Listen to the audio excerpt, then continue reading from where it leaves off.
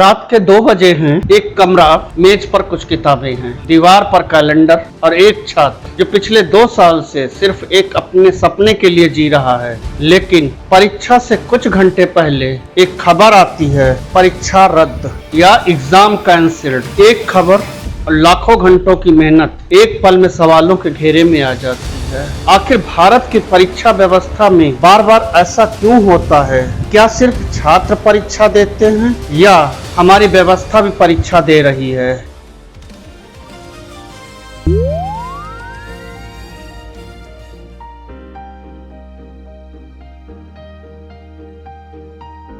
आज से लगभग 30-40 साल पहले भारत के कई हिस्सों में परीक्षा का मतलब कुछ और ही हुआ करता था, जिसका मतलब था सिर्फ पास हो जाना। उस समय परीक्षा केंद्रों के बाहर भीड़ होती थी, परीक्षा केंद्रों के अंदर किताबें खुली रखी होती थी, खिड़कियों से पर्चियां आती थी, दीवार पर लोग चढ़ते थे और खुलेआम नकल होती थी। ऐसी तस्वीर आज इतिहास का हिस्सा हैं, लेकिन कभी कभी कहीं न कहीं देखने को मिल जाती हैं। लेकिन हमारी परीक्षा व्यवस्था की यही हकीकत थी।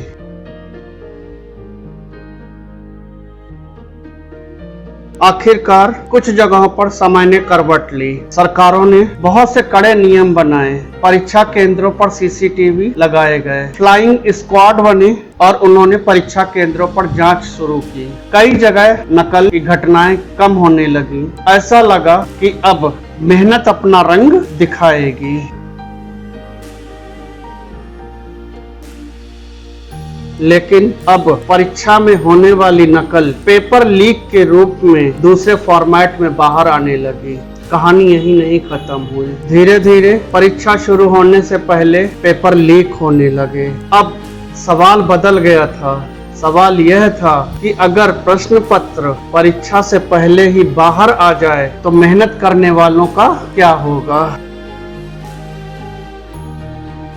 एक प्रश्न पत्र कई चरणों से होकर गुजरता है, उसके बाद छात्रों तक पहुंचता है। विशेषज्ञ लोग प्रश्न पत्र तैयार करते हैं, उसके बाद उसकी प्रिंटिंग होती है, प्रिंटिंग के बाद सुरक्षित पैकेजिंग होती है, फिर उसके बाद वो ट्रांसपोर्ट होता है, स्ट्रांग रूम तक जाता है, स्ट्रांग रूम से एग्जाम सेंटर तक जाता है। हर चरण पर सुरक्षा बेहद जरूरी होती है। अगर जरा सी भी चूक हो जाती है तो पूरी की पूरी प्रक्रिया प्रभावित हो जाती है। हर मामला एक जैसा नहीं होता है। जांच एजेंसियों के द्वारा सामने आए अलग अलग मामलों में अलग अलग तरह की कमजोरियां सामने आई हैं। कहीं गोपनीय जानकारी जहां से परीक्षा पत्र बने वहीं से लीक हो गए, कहीं परिवहन के समय लीक हो गए, कहीं स्ट्रांग रूम से लीक हो गए। बहुत सी जगहों पर अंदरूनी मिलीभगत के आरोप लगे और कहीं डिजिटल सुरक्षा पर भी सवाल उठे। यही वजह है पूरी सुरक्षा श्रृंखला मजबूत होना बहुत जरूरी है।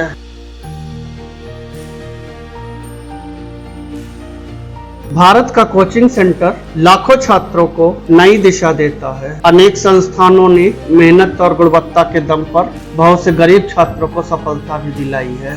लेकिन कुछ मामलों में जांच एजेंसियों ने कुछ व्यक्तियों या नेटवर्क की कथित भूमिका की भी जांच की है। इसलिए सवाल पूरा कोचिंग सेक्टर पर नहीं बल्कि उन कमजोर कड़ियों पर है जहां नियम टूटते हैं।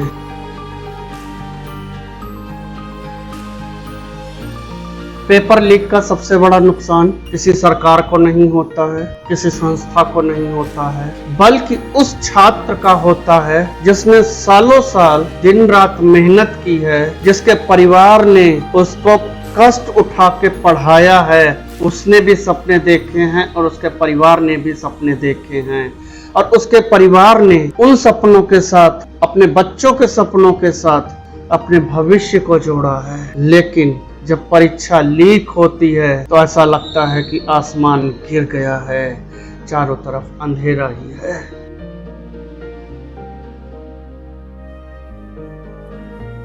जब भरोसा टूटता है तो आवाज उठती है, देश के अलग अलग हिस्सों से उठती है, हर जगह से उठती है।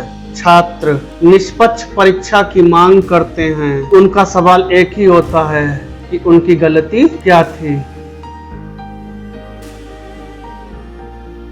एक देश जिसकी सबसे बड़ी ताकत उसके युवा हैं। अगर परीक्षा पर भरोसा कमजोर हो जाएगा तो भविष्य भी कमजोर होगा। लेकिन अगर व्यवस्था पारदर्शी, जवाबदेही और सुरक्षित होगी तो जीत सिर्फ छात्र की नहीं होगी, पूरे भारत की होगी। क्योंकि सवाल सिर्फ परीक्षा का नहीं, करोड़ों युवाओं के भविष्य का है और शायद यहीं से तय होता है भारत का भविष्य क्या है।